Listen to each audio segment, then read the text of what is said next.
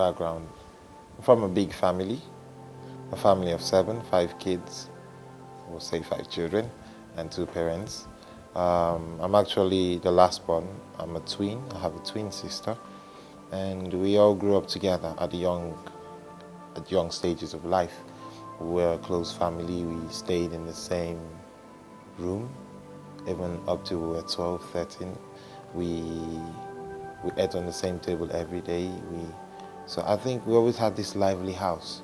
But amongst them, I think I was what some people like to call a radical, because I always had an injury every week. I was the one that used to go out and kick my leg on the stones and, have this injury. But yes, we all had different positive sides. I was the one who used to love washing the car. My older sister loved to cook. My younger sister liked to clean. And so it was easy to have the house look, everything work together. My elder brother liked to read the paper. So early in the morning, he would go out and buy the paper before we wake up. But yes, as a family, we did good.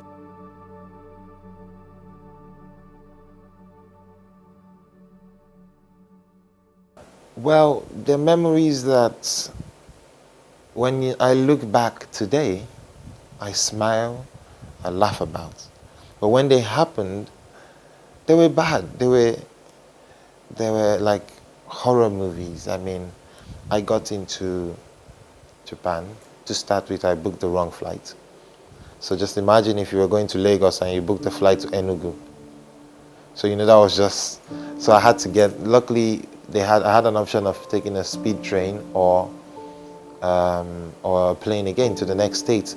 But here, where I got to, nobody could speak English and I couldn't speak Japanese. That was number one. So it took me like 3 hours just to find out how to reroute myself to where I was going. And this was after I had come through a 24-hour flight. So altogether, getting to the international dormitory, it took me at least 50 hours. No sleep, no shower, less food, because I didn't even know how to change money. That's how bad I only had dollars on me, so I couldn't even change the money to yen. And so when I got to Tokyo, there's a station called Shinjuku Station. It's the busiest station in the world. You have at least 500,000 people walking past in 10 minutes. So everybody's moving, and I'm the only one standing in the middle, stranded. So there was this security who knew a little English and helped me get my way. That was just the first day, that was how bad it was. I already felt like, man, this thing is going to be impossible, man. I have to go back home. I was discouraged the first day, to be honest with you. And then things like that always happen. A lot of stuff like that. That I look back today and say, oh yeah, that was a funny experience. But that time, nah. I didn't like it at all. It was bad.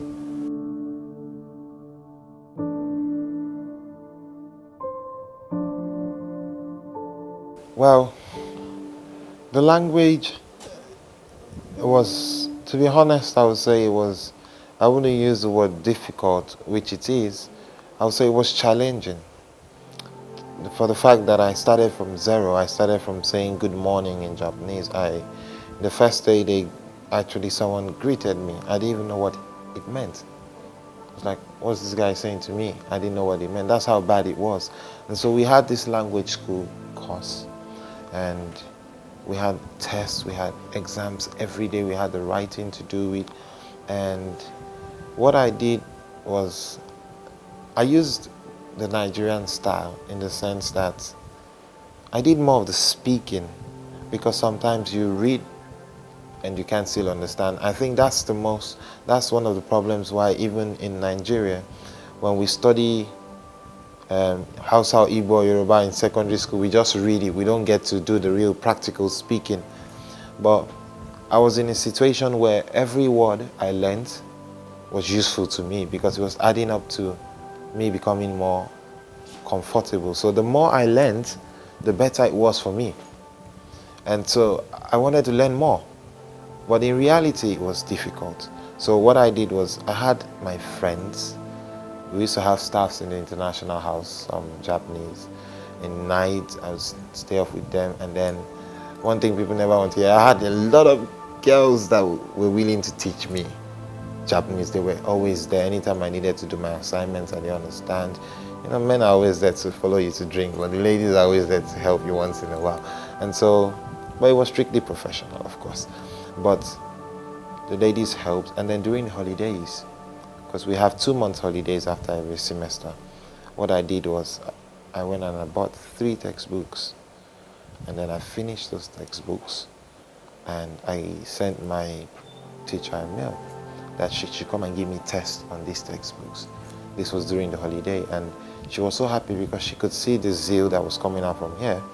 And she came all the way to school during the holiday. We had the test. So the first semester, I started in the 11th class in the Japanese language school. And then the second semester, I was in the 4th class. So I had skipped at least 6 to 7 classes. And so I spent a year and a half in the language school just getting the language. The first year was the language speaking, the grammar, intonation. Intonation is very important in Asian language. And then the last half of a year, from the 1.5 years I spent there, was basically doing mathematics, physics, chemistry in Japanese, because when you get into the university, you have to get familiar. And those who wanted to study banking, who were from other countries, were studying economics in Japanese. And because the words are different, in every language when it comes to economic, or even in how you say calcium or how you say force, you have to study those deep things. But the good thing about engineering is formula is formula anywhere you go in the world. The name might be different, but when you write the formula, you know what they're talking about. And that was something that helped. But yes, the language barrier was there. And I think the hardest part of language barrier was not just interacting with people, but not being able to buy or shop what you want to shop, eat what you want to eat. It's like being in a prison in another country. You know how it feels when you cannot say what you feel. Someone is telling you to do this, but this is like you want to say, this is how I feel about this, when you can't express yourself. And so I know a lot of people who quit at that stage, who came from countries like Saudi Arabia. They said, man, Ekong, I can't keep up with this. And they just quit. Not that they didn't have the finances, they just quit. So a lot of it was there. I just knew that I needed to finish. The most important thing about language was every extra semester cost me money. And so my main goal was to get into the university, but I had to get the language qualification first. And so every extra semester I spend cost me money. Actually, the language school is 1 year. But if you can't finish it all in 1 year, you have to do a year and a half. Some people spend 2, some people spend 2 years and a half. And so that 1 year, that half extra I spent was already costing me a lot. So I had to rush up my best to make sure I got the language so that I could proceed into undergraduate school. Yeah.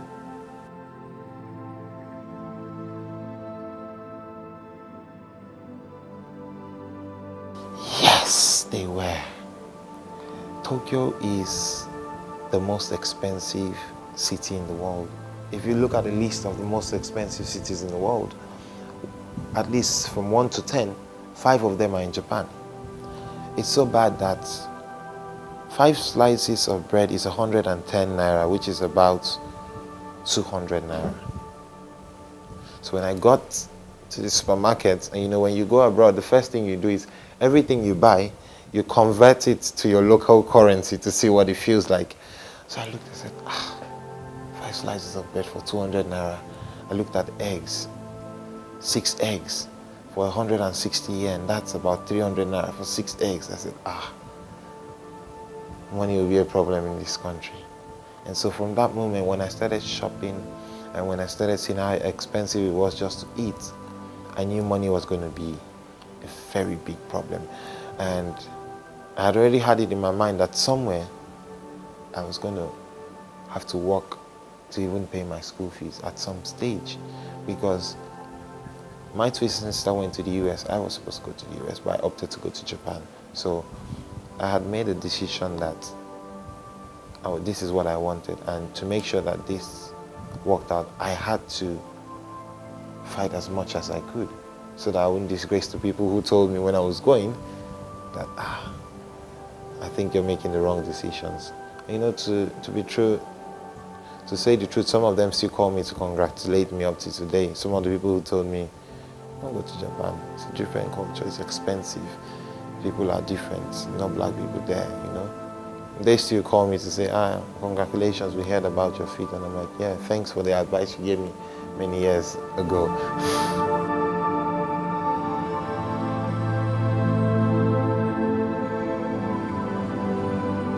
Yes, I had to get a job. I had to get a job sounds a little bit lightly. I wouldn't have been able to live without a job with a source of finance because I wasn't getting money from Nigeria or any other place. At that point, I had no scholarship. Now, Japan is a society where only 20% speak English, and the 20% will be in central Tokyo. So when you talk about central Tokyo, you mean you're talking like somewhere on the island in Lagos, in VI, or in Lekki. So the rest of the suburbs don't speak that much English, and the schools are never in the city, they're always in the suburbs. Now, to get a job, you need to have a high level of Japanese proficiency. And before I got my first job, I had applied at least 100 times, and I went for 56 interviews. And I was turned down 56 times. And every time you go for an interview, there's a paper like a CV. We call it Rirekisho. It's a Japanese CV. You buy at the supermarket and you write your credentials. You submit. You go for an interview, you submit. And every time you have to put a passport photo. So, you know, taking a passport photo is money. Buying that paper is money. And so every time you call, that's your phone bill going. You don't have money, but your phone bill is going. I went for the first one. They say, if we don't call you back, you're not getting the job.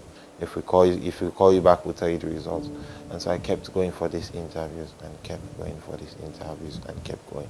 And you know, one thing I've hardly told anybody that really motivated me about going back to these interviews 56 times was I had a Nigerian student, a senior student. His name was Ayo. As at that time, he was in his fourth year, and he was working in a place called Sukiya. It was a restaurant. And Ayo could speak very fluent Japanese. Now, the fact that I could see that Ayo could do it did not let me stop. Because not that I felt that I was better than Ayo, I felt like if Ayo could do it, then I can. Because Ayo is a human being like me, and Ayo has worked for like 3 years in those companies. Why wouldn't I be able to get the job? And so I kept on going to these interviews, and they kept telling me the same thing. They said, the Japanese is not good enough. It's not just good enough. And so every time they told me this, when I got back home, of course, I felt depressed. But you know, the truth was, they were telling me the truth. My Japanese was not good enough. So I needed my Japanese to be, one, comfortable, to be able to communicate, buy whatever I want. I also needed my Japanese so I could get into the school earlier and stop spending money on language school. And now I needed my Japanese to get a job. So everything I needed to be comfortable was coming back to the same Japanese language. So I had to keep all my effort into it and stop and not quit. So I kept going for these interviews to the extent that my roommate thought I was a fool. Because it sounds easy when you tell someone that you went for 56 interviews, but I know people who have actually done job hunting or applied for a job before will tell you what it feels like when you go to 56. By the time you go for the 15th one and you're turned down, you know how it feels. But because I saw people do it, I knew that I could do it. And so I kept on going and going and going until I got my first job. It was at the shipping company. And then I got another job at McDonald's at the kitchen. So I was working 2 jobs at the same time. But after I got the first one, every other job I applied for since then, I got it. Because by then my Japanese was fluent. Everything I learned My professor in language used to say one thing. He used to say, Ekong, you are the textbook. I learned everything in the textbook. That everything I read, I will go back and speak with other people to make sure that it sticks in my brain. And so I was just improving from time to time. And after a year, my Japanese was so good that I was able to work. Now, even where I work in McDonald's, I work as a manager now, a part-time manager. I started as a kitchen staff. When I used to work at the counter, you know, the drive-through, when the cars come in and you take an order and you drive out, I would talk in Japanese. The Japanese people would come in front. They would look at them. Were you the one on the microphone? I'm like, yeah, it was me. I'm like, you sound like a Japanese. So would you expect me to do? It's your language, you know? That's the level I got to that really helped.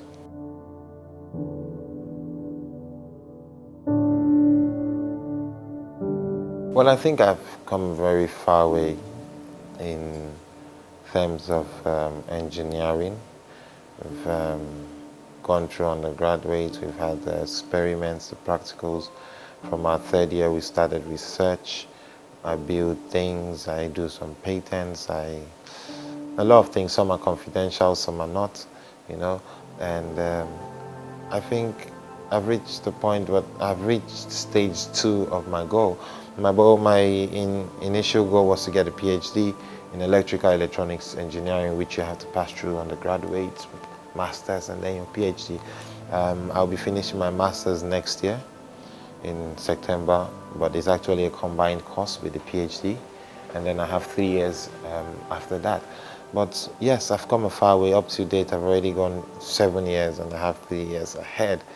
But I think the way I think, the way I see things, the way I judge, the way I criticize has changed a lot.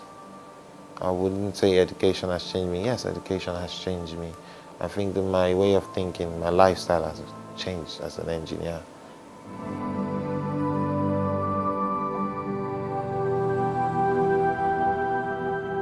Yes. And I always tell people that that's the most dangerous thing that would happen to you. And people that know me well know I'm a one-man person. I don't have this group I go around with. The reason is, sometimes the people you surround yourself with are the people that almost kill your dream. Now, some people will say, I just lost my father in 2009. That's when I was planning to go out. So my mom, she became a widow. We have 5 children. 3 were already studying abroad. And it was remaining the last 2 of us. Now, even if she was earning 5 million naira a month, for instance, she wouldn't have been able to pay the bills for all the 5 kids to study abroad. But then people ask, why are you stressing yourself to go abroad for education and stuff like this? And that was the first hurdle for me. And we passed that hurdle. But even when you get to Japan, people, when I used to work 2 jobs and stuff like that, people say, why are you killing yourself for education like this? Why don't you just drop down? You already speak good Japanese. If you drive a truck for 1 month for a shipping company, you might get as much as $6,000 or $5,000 a month. And I found that everywhere I find myself, there are always those people who they look at the situation that you're in now, and they try to determine what your future would look like.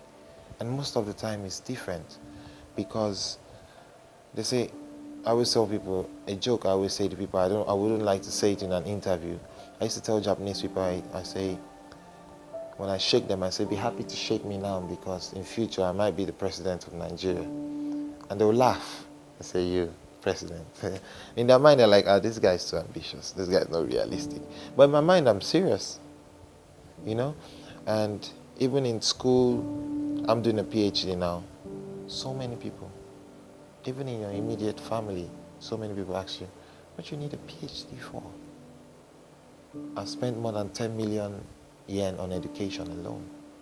I was telling the head of a company a couple of weeks ago, we met in central Tokyo. I said, I spent more than 10 million on education. He said I should come to his company. I said, you can't pay me, because the amount I've already spent on education, I wouldn't even want to take something small. But I was just joking. But the thing is, people will look and say, you spent so many years. I've spent 8.5 years in education already. Just language university. When I add my PhD, that will take me 11 years. But some people will say, what are you doing this for? It's not realistic. Some people say, you're too overambitious, you got a first class, you're getting a honors in masters, what you need a PhD for. So I think it's just about your own determination and you being focused.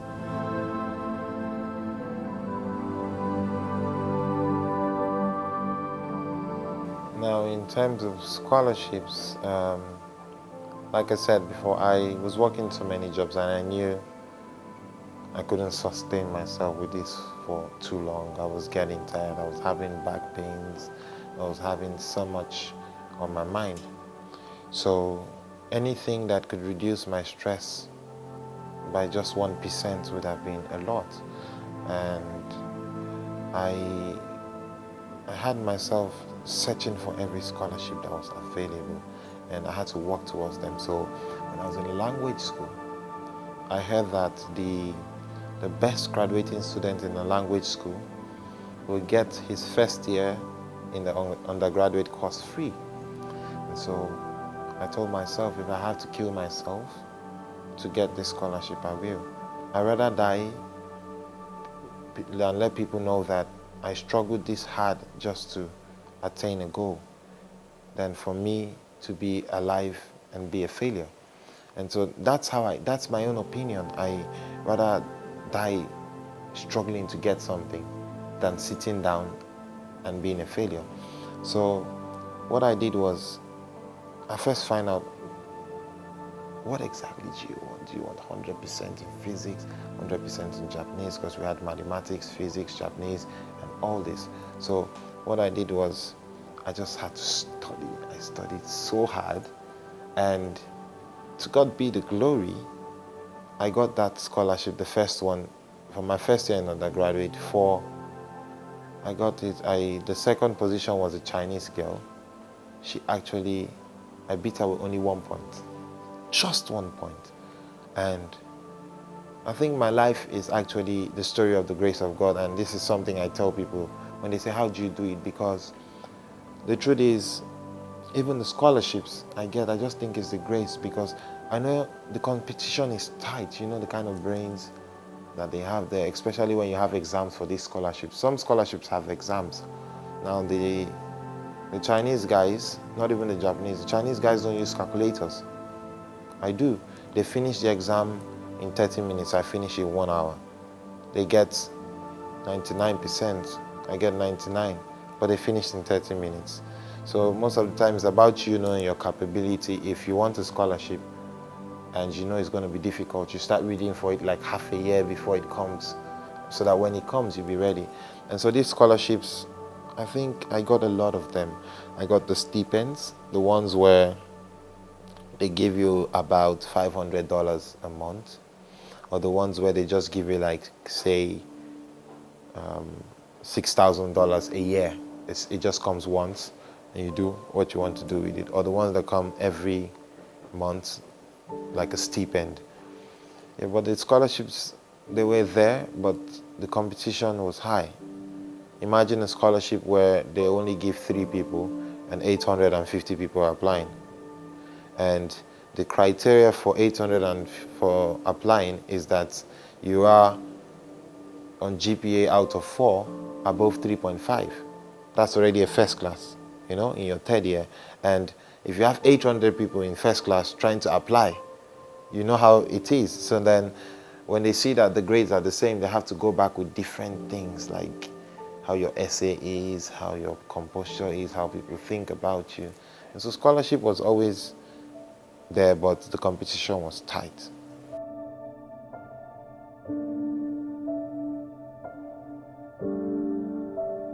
Oh, yes. And like you said at the beginning of the interview, ambiguous, unrealistic to some people. Big.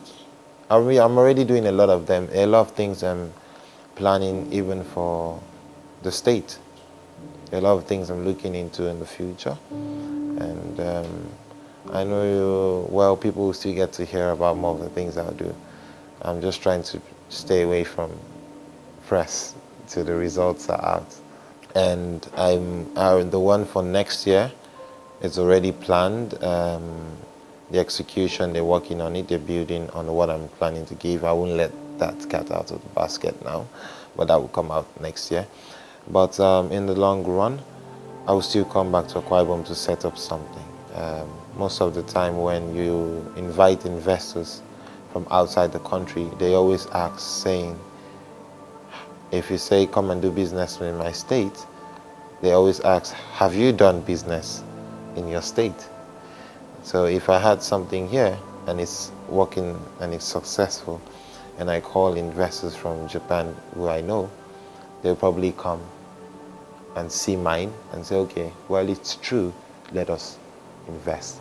So there's a lot of things that are going to go on. I think I'm going to become the bridge between Japan and Akwa Ibom, not Nigeria, but Akwa Ibom, because I always come back to my home first. I haven't been to Lagos yet, where I grew up, but I'm always in Akwa Ibom because I think at some point Akwa Ibom is going to become a very developed state at the pace we're going, and I want to be part of it.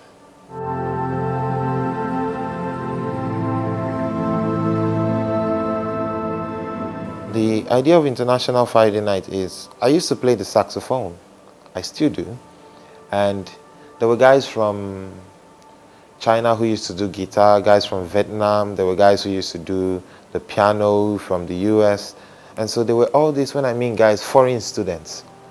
And I saw all these people around, and then I had the other Japanese side, the guys I used to play with in church. I had the other guys who were playing jazz band with, and then I knew drummers, so I felt like I was in the center of these two groups, and Japanese people wanted to hear what foreign music sounds like, and foreigners wanted to hear more about what Japanese music, drama, and stuff like that are. So it came up to my mind, I said, why don't we just create an international event, because my school is a school of 20,000 people. And I felt like, why don't we have this big international show where you can have performances from everywhere in the world. You have the Japanese, you have from Africa, from every continent of the world. And so I picked my friends, because I had a lot of friends. I picked at least 10 of my friends for this project, and it started in a bottle of beer. We were discussing in my house, and then I tabled it to school. I said, give me this place. And when we started the event, the first turnout was 600 people. The second one was 1,000. And so the school said, we can't give you a hall for 1,000 people because the hall might break down. You have to do it outside. So that's the kind of event it was. It was getting so big because a lot of people wanted to share their culture. I performed Abasimi, Ayayao, the Akwa Ibom song there before. A lot of people, a Yoruba guy has performed. A lot of people from different parts of the world just get to see different cultures. That's the kind of show it was. And we even had the DJ there too for the dancing, hip hop and all that. But it's a beautiful show.